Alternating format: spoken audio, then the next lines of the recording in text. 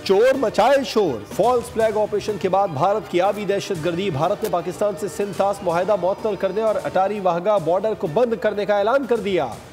भारतीय वजारत खारजा के तर्जुमान की प्रेस कॉन्फ्रेंस, कहा कि तमाम पाकिस्तानियों के भारतीय वीजे कैंसिल किए जा रहे हैं।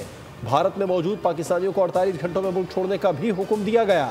सार्क वीजा इस्तिस्ना वाले पाकिस्तानी शहरी भी भारत का सफर नहीं कर सकेंगे। तर्जुमान ने कहा, पाकिस्तान में मौजूद भारतीय शहरी 1 मई तक अटॉरी चेक पोस्ट के रास्ते वापस आ सकते हैं।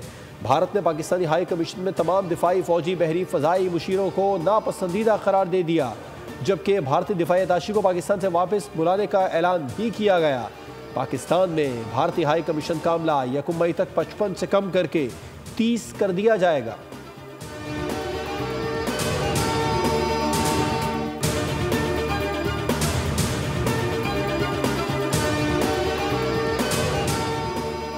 वज़ीर-ए-आज़म शहबाज शरीफ ने कौमी सलामती कमेटी का इजलास आज तलब कर लिया। इजलास में आला सिविल और अस्करी क़यादत शिरकत करेगी।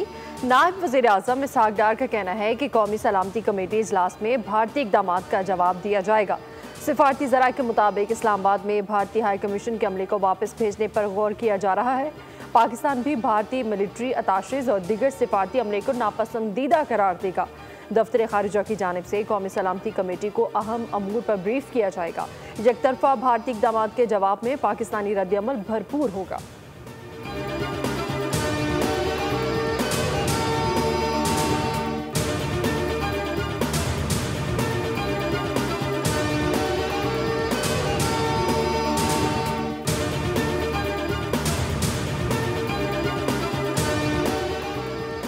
पहलगाम फॉल्स फ्लैग हमले के पीछे छुपे भारतीय मुहर्रिकात खुलकर सामने आ गए। ज़राए के मुताबिक हिंदुस्तान किसी भी तरह कानूनी तौर पर इस मुआहदे को यकतरफा ख़त्म नहीं कर सकता।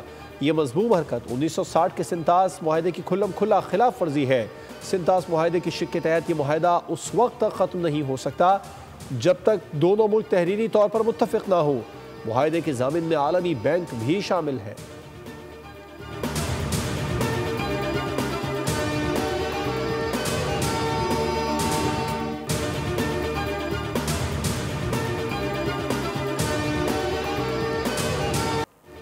कलभूषण जैसा एक और बंदा पाकिस्तानी ईरान अफगान सरहद पर पकड़ा है। वज़ीर दिफा ख्वाजा आसिफ का निजी टीवी इंटरव्यू में इंकशाफ, कहा कि पाकिस्तान भारत के किसी भी हमले का भरपूर जवाब देने की पोजीशन में है। फ़ज़ाई हदूद की खिलाफ वर्जी पर अभिनंदन की शक्ल में दिया गया जवाब भारत को याद होगा।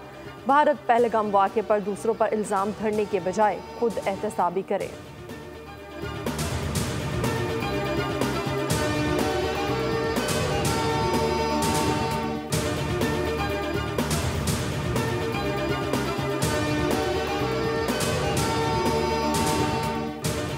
कौमी सलामती कमेटी के इजलास में तहरीक इंसाफ समेत तमाम जमातों को बुलाया जाए। फैसल वाडा ने कहा, सियासी इख्तिलाफात अपनी जगह लेकिन कौमी मफाद सबसे पहले है। ट्वीट में कहा, भारतीय झूठ और फरेब की बुनियाद पर कोई एक्शन हुआ तो हमेशा की तरह भरपूर और ख़तरनाक रिएक्शन दिया जाएगा।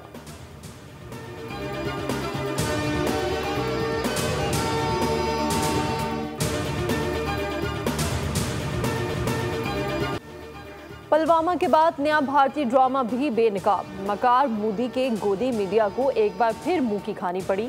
दिफाई माहिरीन ने भारत की नाकामी और पाकिस्तान मुखालिफ प्रोपेगेंडे पर अहम सवालात उठा दिए। कहा कि मकबूजा कश्मीर में इतनी बड़ी फौज के होते हुए ऐसा हमला कैसे मुमकिन है। हर हमले के बाद पाकिस्तान पर इल्ज़ाम लगाना भारतीय मीडिया का वतीरा है। बगैर सबूत पाकिस्तान पर इल्ज़ाम लगाओ, सच छुपाओ और आवाम को बेवकूफ़ बनाओ। हिंदुस्तान टाइम्स के मुताबिक पहलगाम हमला 3 बजे हुआ। सोशल मीडिया अकाउंट ने 3:05 पर पाकिस्तान पर इल्ज़ाम लगा दिया।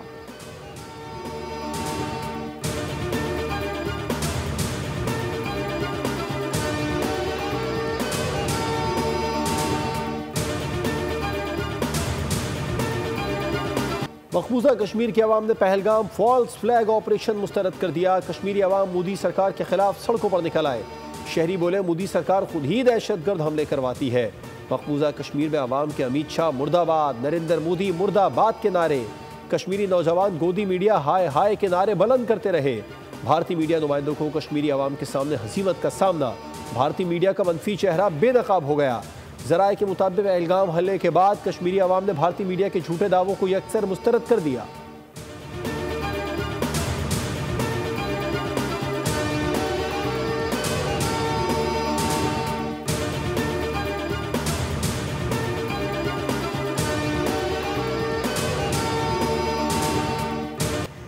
श्रीनगर के रिहायशी का भारतीय प्रोपेगेंडे का मुंह तोड़ जवाब। सवाल भी किया कि मकबूजा कश्मीर छोटा सा इलाका है, यहाँ 7 लाख से ज्यादा फौज तैनात है। हमले के वक्त वो कहाँ थी, क्या कर रही थी? क्या ये हमला पुरअमन कश्मीरियों को बदनाम करने की साजिश है? कश्मीरियों को बदनाम करना बंद करो। ये हमला पहले जैसे फॉल्स फ्लैग ऑपरेशंस जैसा ही है।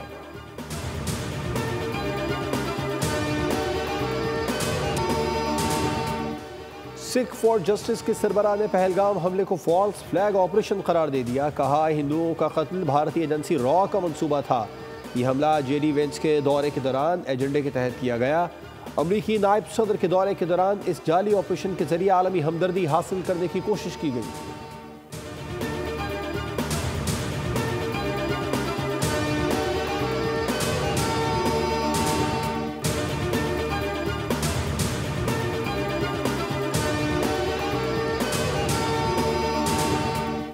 औरतों पे जुल्म सितम करता है, बच्चों पे जुल्म सितम करता है, जवान जेलों में है, पूरी हुर्रियत क़यादत को उसने जेल में डाला हुआ है। सोशल मीडिया का दौर है।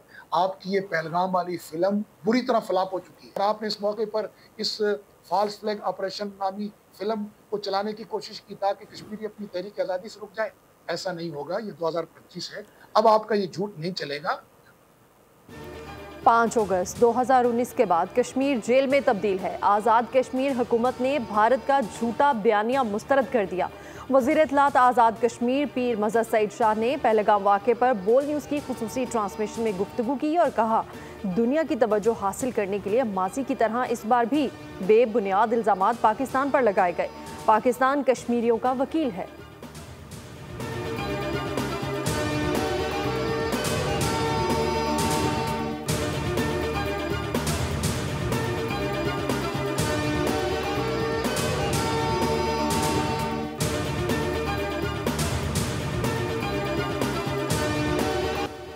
LOC पर 2 दहशतगर्द हलाक करने का भारतीय झूठ बेनकाब। LOC के इलाके सरजीवार में 2 मुबैना दहशतगर्दों को हलाक करने का भारतीय दावा झूठ निकला। इस हवाले से सरजीवार के मकामी रिहायशियों ने सच से पर्दा उठा दिया। कहा, हम सदियों से यहाँ के रिहायशी हैं और माल मवेशी चुराना हमारा पेशा है। हमारे बुजुर्ग मलिक फारूक और मोहम्मद दीन LOC के करीब माल मवेशी ढूंढने गए। दोनों बुजुर्गों को भारतीय फौज ने शहीद कर दिया।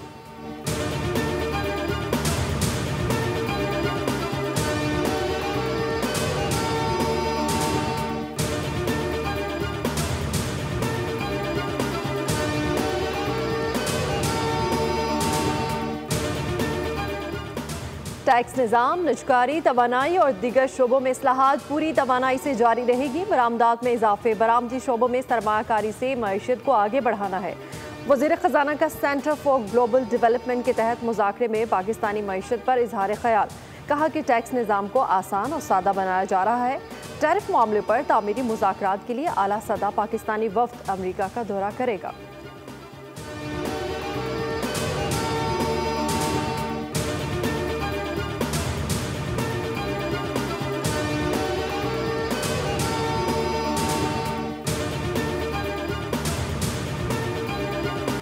पाकिस्तान की शरह नमू 3% से कम होकर 2.6% होने की पेशगोई। IMF ने नई वर्ल्ड इकोनॉमिक आउटलुक रिपोर्ट अप्रैल 2025 जारी कर दी।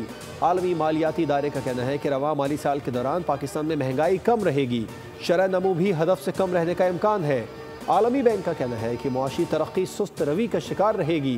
रोजगार और गुर्बत में कमी चैलेंज रहेगा। जून 2025 तक 2.7% तरक्की मुतवक्के है। मिनरल्स बिल जो सूबा खैबर पख्तूनख्वा में भी पेश किया जा रहा है, अभी तक पेश नहीं हुआ, या बलूचिस्तान में पेश कर भी दिया गया है और शायद पास भी हो चुका है। जमीयत उलमा इस्लाम की जनरल कौंसिल ने उसको मुसर्रफ कर दिया। सरबराह JUI मौलाना फजलुर रहमान ने माइंस एंड मिनरल्स बिल की मुखालफत कर दी। बलूचिस्तान असम्बली में बिल की हिमायत करने पर JUI के चंद अरकान से वजाहत भी तलब कर ली। प्रेस कॉन्फ्रेंस में कहा कि अगर अरकान की जानिब से वाज़ेह जवाब नहीं मिला तो उनकी रुकनियत मुअत्तल कर देंगे। अपोजिशन का अभी तक कोई इत्तेहाद नहीं बना, राब्ते मौजूद हैं। अपोजिशन के साथ बाहमी राब्ते को बहाल रखेंगे। हुकूमत की कारकर्दगी अब तक सिफर है। कौम को शफाफ और गैर जानिबदार इंतखाबात की ज़रूरत है। फ़लस्तीन की आज़ादी की जद्दोजहद की हिमायत जारी रखेंगे। लाहौर में 27 अप्रैल को बड़ा इज्तिमा और मिलियन मार्च होगा। 11 मई को पेशावर और 15 मई को कोयटा में मिलियन मार्च होगा।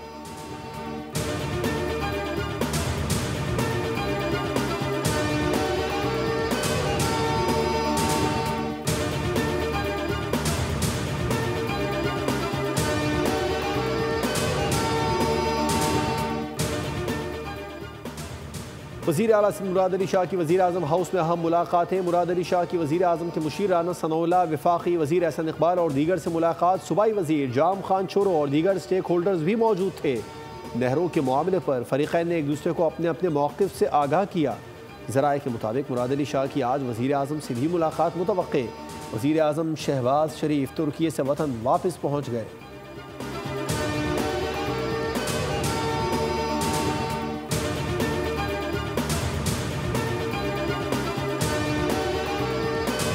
जनरल ज़िया के वारिस हो सकते हैं, पंजाब के नहीं। नहरों के मामले पर वज़ीर आज़म बेबस हैं तो इक़्तिदार छोड़ दें। अज़मा बुखारी का भी जवाबी वार। पीपी को अपनी अदाओं पर गौर का मशवरा दे दिया। कहा कि केनाल्स मंसूबे में सैलाब का पानी इस्तेमाल होगा, उस पर सिंध हमें डिक्टेशन नहीं दे सकता। पीपल्स पार्टी सिंध में 16 साल से इक़्तिदार में है, अपनी कारकर्दगी पर ध्यान दे। नदीम अफजल चंद भुट्टो की पार्टी छोड़कर PTI में गए थे, अपने गिरबान में झांकें फिर बात करें।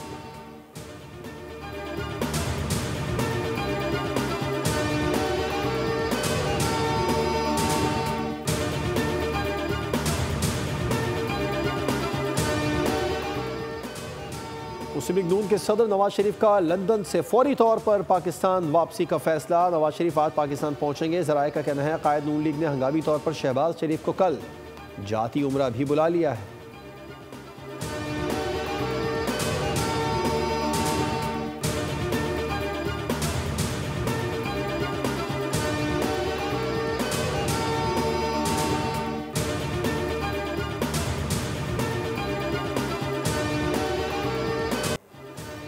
किसी ने कमेटियां डाली, किसी ने जेवर बेचा और किसी ने बरसों की जमा पूंजी इस उम्मीद पर लगाई कि इस साल रब का बुलावा आएगा। मुतासरीन का कहना है कि इस बार सिर्फ ख्वाब जागे, ताबीर ना मिली। हज़ारों पाकिस्तानी हज कोटा होने के बावजूद हज की सादत से महरूम रह गए।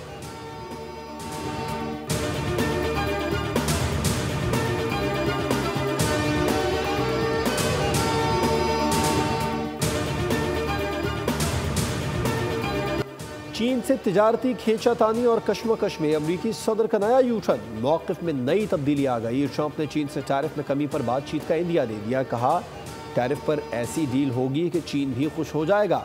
ट्रंप आइंदा माह मशरिक़ वस्ता के दौरे में सऊदी अरब से एक बड़ी तिजारती डील करने जा रहे हैं।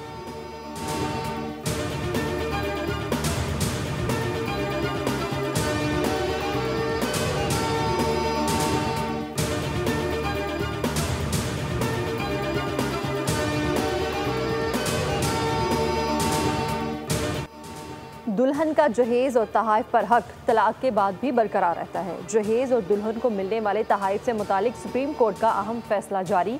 जस्टिस मंसूर अली शाह ने 7 सफ़हात पर मुश्तमिल फैसला तहरीर किया, जिसमें कहा गया है कि शोहर या रिश्तेदार जहेज और ब्राइडल गिफ्ट्स पर दावा नहीं कर सकते।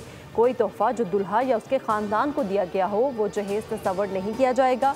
इस्लामी तालीमात के मुताबिक सिर्फ हक महर लाजिम है। फैसला जहेज की रस्म की हिमायत नहीं करता।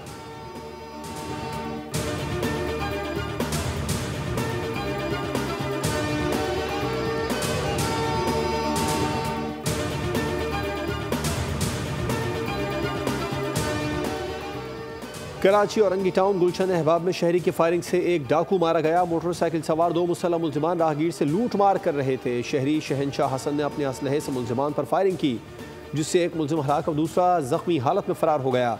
डाकुओं की अंधाधुंध फायरिंग की जद में आकर 14 साला मासूम बच्चा हुसैन वल्द अली भी जान से गया। 3 माह 23 रोज़ में डाकुओं ने 32 अफराद की जान ले ली। जनवरी में 5, फरवरी में 10, मार्च में 9 अफराद जाँ भाग हुए। अप्रैल में डकैती मज़ाहमत पर 8 शहरी जान से गए।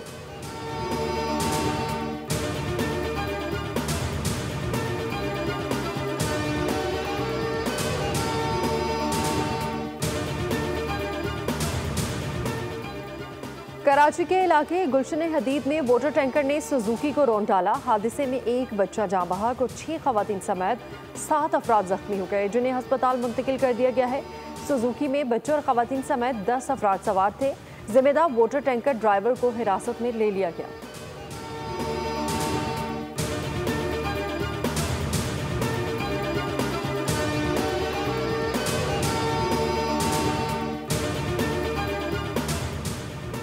तुर्की के शहर इस्तांबुल में 6.2 शिद्दत के ज़लज़ले के झटके। ज़लज़ला पैमा मरकज़ के मुताबिक ज़लज़ले की गहराई 12 किलोमीटर की थी, जबकि मरकज़ इस्तांबुल के ज़िला सेलोनी के करीब था। अब तक किसी जानी या माली नुकसान की कोई इत्तला नहीं मिली।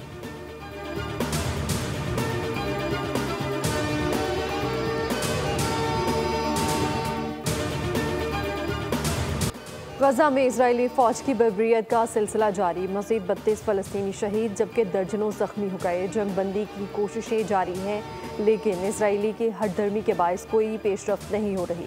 इजराइल में भी हुकूमत के खिलाफ गम और गुस्सा तेज़ी से बढ़ रहा है।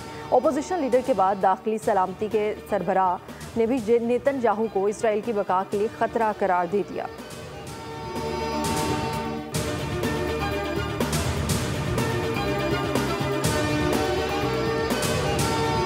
PSL मैच में एक तरफा मुकाबले के बाद इस्लामाबाद यूनाइटेड ने मुल्तान सुल्तान्स को 7 विकेटों से शिकस्त दे दी। 169 रन हदफ के ताक़ुब में एंड ग्रोस और कोलन मिनरो नुमाया रहे। गोस 80 रन बनाकर नॉट आउट रहे। मिनरो 45 रन बनाकर आउट हुए। आज होने वाले मैच में लाहौर कलंदर्स और पेशावर ज़ल्मी लाहौर में टकराएंगे।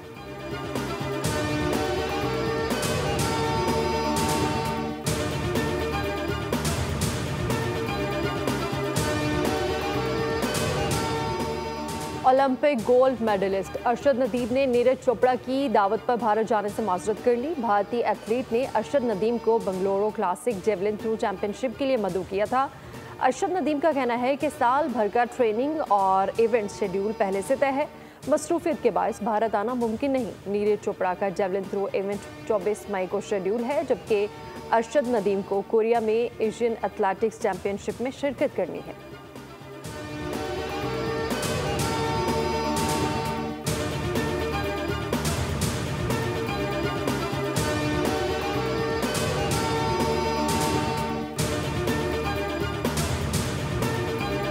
पाकिस्तान के पहले पॉप सिंगर अहमद रुश्दी का 91वां यौम पैदाइश मदा नहीं भूले। मसूर कुन आवाज़ और चुलबुले अंदाज वाले अहमद रुश्दी ने पस पर्दा गुलकारी में खूब नाम कमाया। पाकिस्तान की फिल्मी मौसीकी पर 3 सदियों से ज़ायद अरसे तक राज किया। 5000 से ज़्यादा नगमे गाए। फ़नी खिदमत पर उन्हें सितारा इम्तियाज़ से भी नवाजा गया।